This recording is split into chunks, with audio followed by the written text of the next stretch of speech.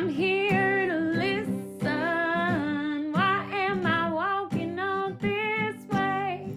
Hello, everybody, and welcome to Muse's AT Podcast, where you can relive my epic journey with me. This is Muse, and what follows is my Appalachian Trail story. Today's episode covers Thursday, June 19th, 2025. And it's great to be back. Whether you're coming off the 4-week replay or you skipped that and came straight here from the last original episode, last week was the same. We were getting to know the town of Munson, which would still be my home for the next 3 days after this one. This is also, and we've talked about it a lot up until now, but doesn't come up in this particular episode, the day of the big storm. The one that you have heard and will hear a couple times still in future episodes caught a lot of my friends on either side of Munson, but Haley and I were happily sitting at Shaw's at the time, nice and dry. I'm going to have a number of post-trail updates for you, but I'll hit those maybe next episode. For now, let's jump into today's haiku. And this one is from October 24th, 2018. Happy to be back. A journal, not a memoir. A page at a time. June 19th, 2025. Time to get going. Start. Shaw's Hiker Hostel, Munson, Maine. End. Shaw's Hiker Hostel, Munson, Maine. Miles, 0. 00 in Munson. It seems many do that. Yesterday was all about relaxing, so there are a few things to do today to get organized to hit the trail again tomorrow. It's been a nice little break. I'm ready and excited to get back on trail. All right, we're going to take a quick break to hear from the sponsors who help keep Muse's AT Podcast on the trail. These are offerings that truly enhanced my thru-hike experience, so I'd really like you to check them out. Please look for and follow the links in the show notes to this episode. Looking forward to that lazy day on the couch, knocking down your Netflix queue and wondering what to wear? Quick answer, wear something else. Summit Ready Apparel is clothing built for those who scramble over jagged rocks, reach the peaks, and actually enjoy getting caught in a torrential downpour.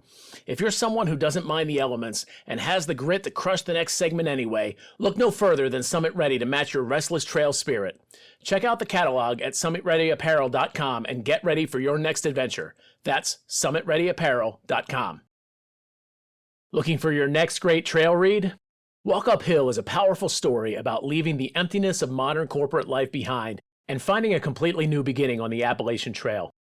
It's about discovering what life can look like when you embrace freedom, lighten your load, and take it step by relentless step. I actually read this book myself during a couple rest days in Gorham, New Hampshire, right after conquering the brutal terrain of southern Maine. I literally couldn't put it down. I read it from cover to cover in 2 days. The book chronicles the real-life events of the author, Bounce the Hiker, in a twisty, shocking, edge-of-your-seat story that even the most imaginative fiction writer couldn't make up. Just a quick content warning, there is definitely adult material in this book, so I wouldn't recommend buying it for your 10-year-old's birthday. But if you're looking for a gripping, raw trail adventure, I highly recommend Walk Uphill by Bounce the Hiker. You can find it easily on Amazon by searching Walk Uphill Book, or just click the direct link in the show notes of this episode. All right, let's get into it. Short entry today, but it is actually an entry that catches me a little bit by surprise, which I'm a little surprised at how often I'm surprised. I suppose, I wrote these things, but I guess a lot has happened in between any one of these and the present time.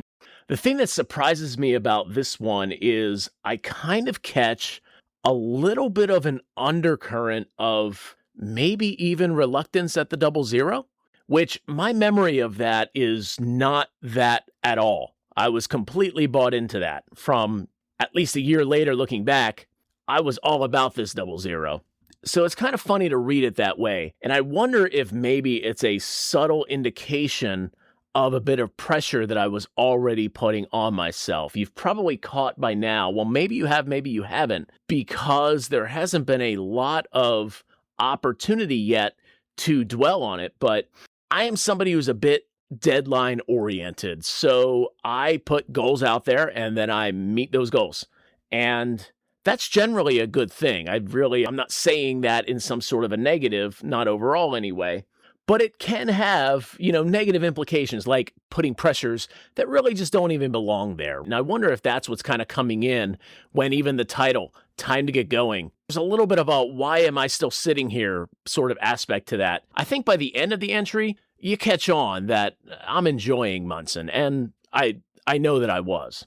It might be a notable time to bring up that I was actually tracking my progress at this point. Now, I'm not yet using the spreadsheet. We may have referred to the spreadsheet already. I'm not absolutely sure, but that wasn't a regular usage yet. What I actually had was the guidebook. And what I also had written in the guidebook was the, we'll call it quote unquote, original plan.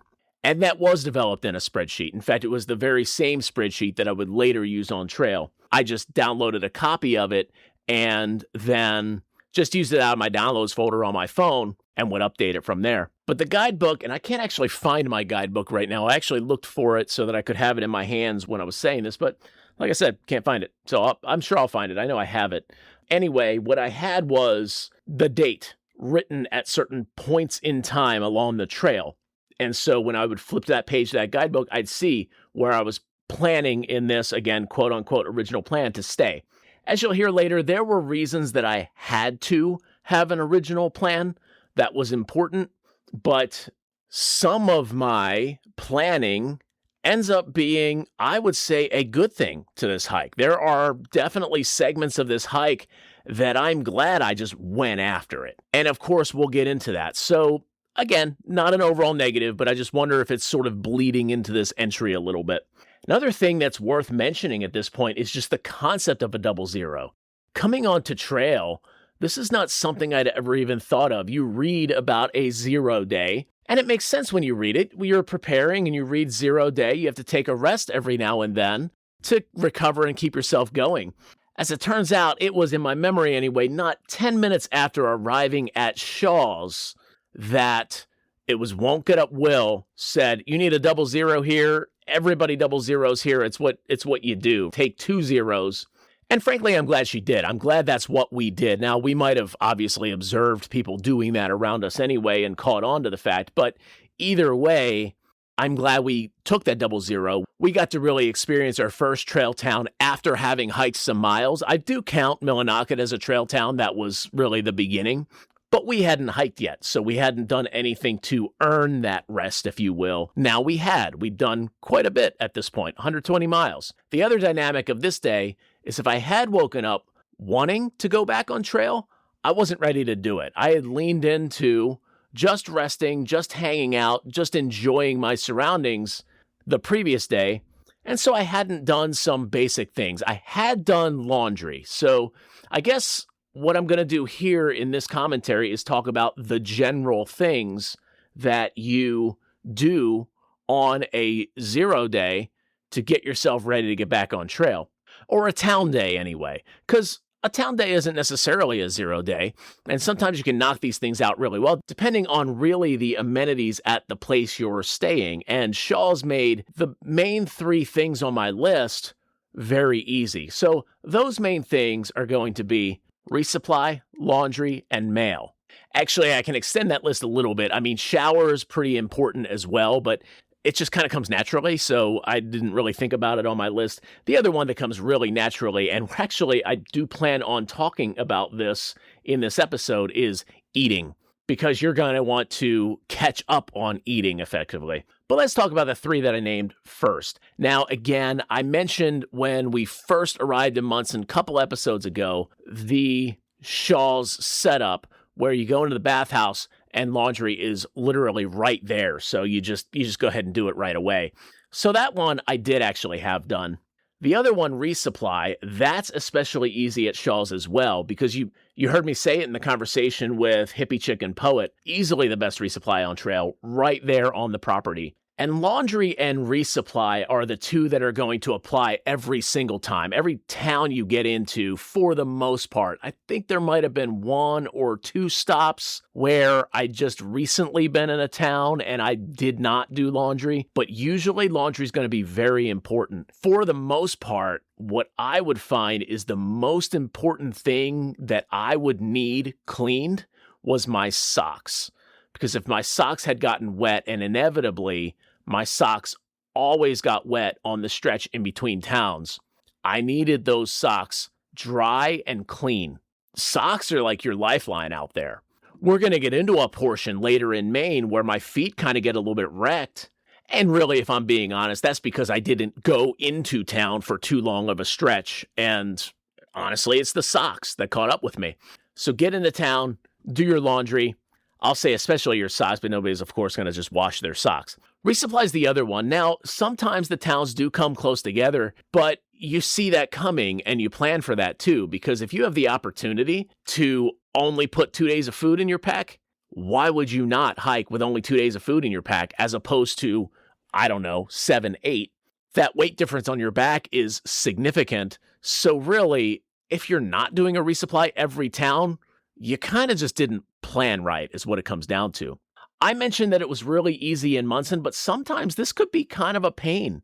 I remember in particular, the one that's coming to mind is Hampton, Tennessee, but Hampton was only representative of any number of towns where I had to walk a mile to get to the grocery store. And of course, we're talking about me walking upwards of 20 plus miles every day, so walk a mile doesn't sound so difficult, but this is walk a mile on a 0 day when you're kind of supposed to be resting and also walking that mile back with all your groceries.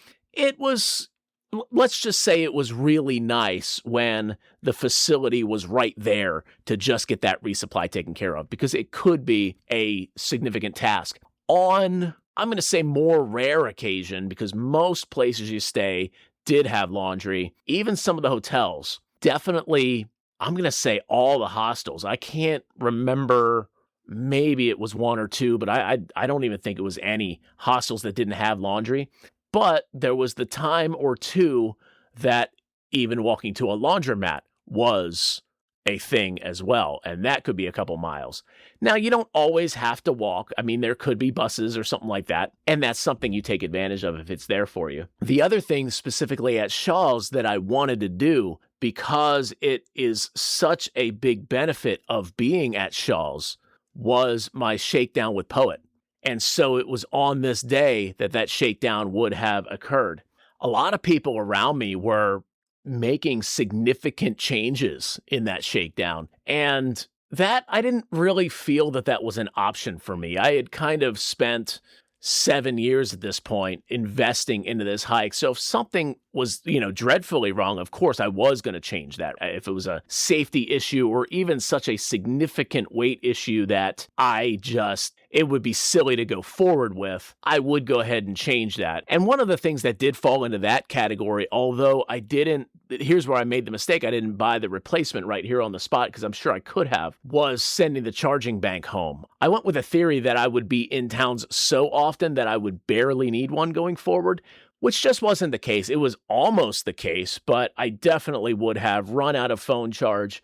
And you get to a point where doing a through hike in 2025, your phone is kind of your lifeline out there. Not for everybody. There were a few people out there kind of, I guess you can say, doing it old school, but most of us were relying fairly heavily on our phones. So anyway, I did go into it with the idea that my switch outs would be minimal. And even so, it was super helpful. It got me reconfigured to take on the trail better, especially the placement of my tent. I know you heard me talk to Poet about that. That was definitely a huge help. And the other thing that was funny about the shakedown for me was that I actually shook myself down in the bunkhouse, or the upstairs of the main house where Haley and I were staying at this point. I did a shakedown myself, sort of my pre-shakedown shakedown, because I'd learned some stuff. I didn't want to step into the shakedown with Poet, which I already knew was going to be very valuable, and have him tell me a bunch of stuff that I'd already learned either by going through the wilderness or possibly even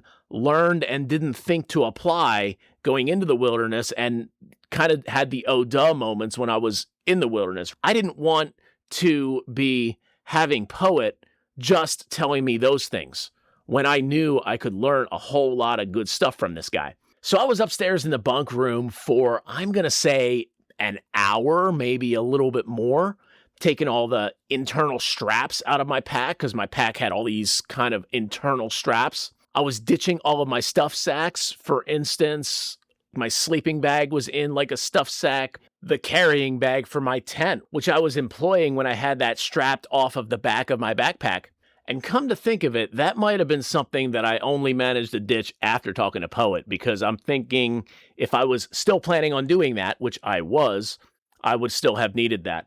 But one thing I did take out of there was the internal things, because I would have had a carrying bag for the footprint of my tent, for the tent poles, and I would have had a carrying bag for the tent stakes that were all within this carrying bag for the tent. All of that could go because that stuff could just be in the main bag.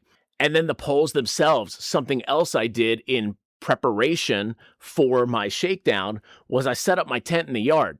And I did this because I knew, and I'd known this for years because it was one of the things that my tent mate Barrett at Philmont, who had the same tent, this is why I got this tent, because I shared the tent with him and I was like, that's a really cool tent. I'm going to get that tent. Anyway, he thought it was really cool that you could set up the tent with your trekking poles. We didn't do that at Philmont, but coming into, well, Munson, I guess, I was like, I want to try that, see if it works for me. My tent poles can be something I send home. And that is actually what went down. I tried it, set it up just fine, sent the tent poles home, never needed them until one night in Tennessee, as you guys already know. And then the other thing I was doing, and this is going to sound insane, was I was cutting the tags out of everything. Now, these tags could have only been a fraction of an ounce, but I suppose for one, that can add up. But the other thing is, they served me no purpose. All these tags could really do anyway is annoy me, so I was cutting my tags out of everything, again, in preparation for my real shakedown.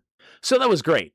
I ended up coming out of this shakedown. I ended up even going into the shakedown a lot better than I was in the wilderness, but I came out of the shakedown even that much better, and I was ready to hit the trail. By the time all this was done, I did have a box that I sent home. Shaw's was one of those places where I did not have to go to the post office.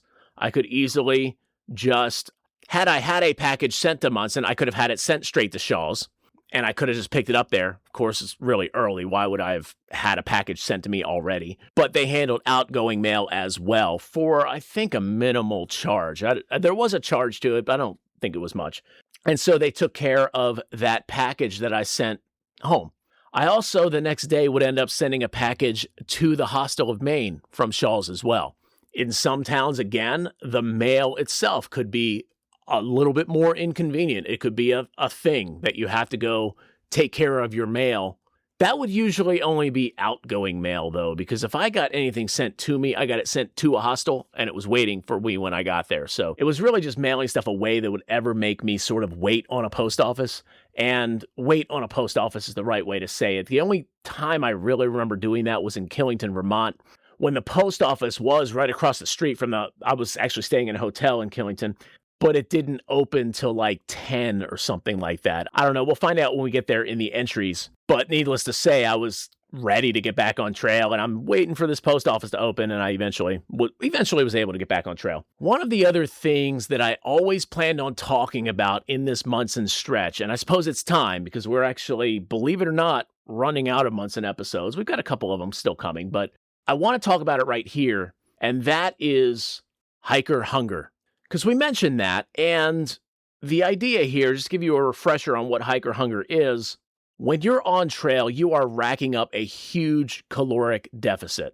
On your hiking days, you're basically going to eat what it is you care to carry. That's kind of the biggest thing, right? So you are not going to get enough calories. For one, you're burning 5,000, 7,000 calories a day anyway.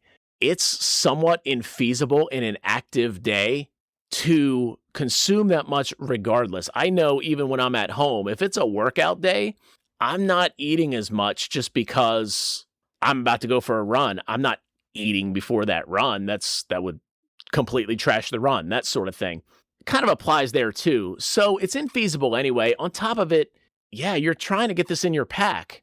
So you're really not going to be able to get 5,000, 7,000 calories a day into the pack. Think about what you'd have to carry for even just one day of food. So then the thing that happens when you get into town is your body just basically makes you make up for that. And I would say, based on some feasts that I had later on, that I hadn't even really gotten to the real hiker hunger yet, but we did have some version of it. And where this really manifested, or at least the satiety of it, was with the gas station calzones, which were a whole lot better than the words gas station calzones make that sound.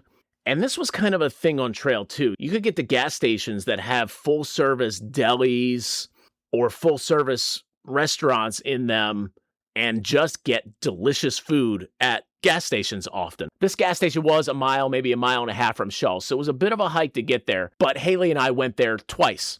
And both times we got huge calzones and, at least for the most part, completely finished them both times. I think the second time, which was probably either this day, Thursday, or it might have even been Friday when we got back into Munson, that would have been the second time. I think Haley might have had leftovers that she then finished later that evening. But definitely on Tuesday when we were first arriving, we scarfed those huge calzones. Other than the calzones, I think we were fairly moderate with our eating. I remember even salads. I was trying to get some good food. I remember some subs at the general store and that nice meal that we had with Sunshine. I don't think of any sort of pigging out outside of the calzones. Later on, and of course we'll talk about this again, but the best example I have of just absolutely going crazy and it not being a problem at all was in Great Barrington, Massachusetts, when I sat down and just amazed the owner of this restaurant by having absolutely no problem with an extra large pizza with, I think, like 3 different toppings or whatever. I remember talking to Carrie on the phone while I was eating this pizza, and then I ordered 2 more for Ratatouille and Crooked Letter for when they got in town because they were going to be there a couple hours later. But going right alongside the idea of hiker hunger is really how much you are metabolically changing anyway and how much weight you're losing. And I'm even going to pair that up with post-trail, what that looks like, because that's a real thing and a thing that's important to note. So first, kind of my weight tracking to the degree that I had it when I was on trail. I went on trail right at 200 pounds. 200 pounds on my frame is a bit overweight. The first time I would have weighed myself, the first time I came across a scale, would have been in Gorham, New Hampshire. So I'd come through all of Maine, and I had already dropped 30. I was maybe not quite. I think it was like 173, 174, something like that. By the time I crossed over to Massachusetts, I stayed with Fernando, and I weighed myself at Fernando's house, and that number was at like 160. And that was my body screaming for some food at that point. Now, 160, I think I could get at a healthy 160 at one point as well. And this was healthy. I mean, this was activity. This was good. This was good stuff. But I think at this point, it was such a rapid weight loss that my body's like, no, we're not doing this. You're trying to kill us. So that ends up being the backdrop where I end up eating an extra large pizza in Great Barrington, Massachusetts, just really a couple days later. Going forward on the trail, I actually would never weigh myself again. And I got home and I was 170. So at some point, I'd regulated it and probably just stayed constant. If I had to guess, I was still probably in that 160 or just a couple pounds over when I went into Devil's Backbone, just south of Waynesboro, Virginia. But it was not too long after that I really slowed down a lot, and that's probably where some of the weight kind of came back a little bit. But in any case, over the course of my thru hike, I'd lost 30 pounds. So if anybody's out there looking for a great weight loss program, I've got the perfect one for you. But there is a catch. So I'm talking about this hiker hunger. I am losing 30 pounds while eating like crazy amounts whenever I get into a town. That doesn't go away in an instant. Then there's the post-trail. And like I said, the body doesn't just adjust. It's telling you you need all of these calories still because that's what it's used to. A lot of people gain significant weight after their thru hike. Some people even gain back so much that they end up heavier than their pre-hike weight. Right now, I'm sitting at about 190, so I still have a net 10-pound loss. Awesome. And 190 is a relatively fit weight for my build. It's really not bad. Could it be better? Sure. Actually, at no point in the trail was there still not a could have been better. I will say that I've gotten back to working out fairly regularly because, you know what? 160 and 170 felt good. So I'm going to get back there And of course, I'm going to do that by increasing my level of activity, not to the point that I was doing a year ago, because that would be impossible. The reason I bring it up as sort of a general topic is because that post-trail weight gain is real, and it sometimes is what can plant the seeds for post-trail depression, or at least contribute to it. So it's something to just kind of know that it's going to happen. If you've got the sort of mental toughness to avoid it altogether, awesome. But that would put you in a very, very slim minority because, as I mentioned, body's craving calories because it's used to craving calories. So anyway, that's a thing. And the other thing that might, because we touched on it at this point, I've got a kind of a fitness journey that took me from deeper into the pre-trail history through the trail and now to present day. And I think that might be good to touch on at some point. So we'll tee that up for a future episode soon. At this point, I think I've got a good stopping point, and I think that I've probably hit the time. So glad to be back, and looking forward to talking to you again about our remaining time in Munson. Until then, this has been Muse. You have been listening to Muse's AT Podcast. Thank you for walking with me, and happy trails.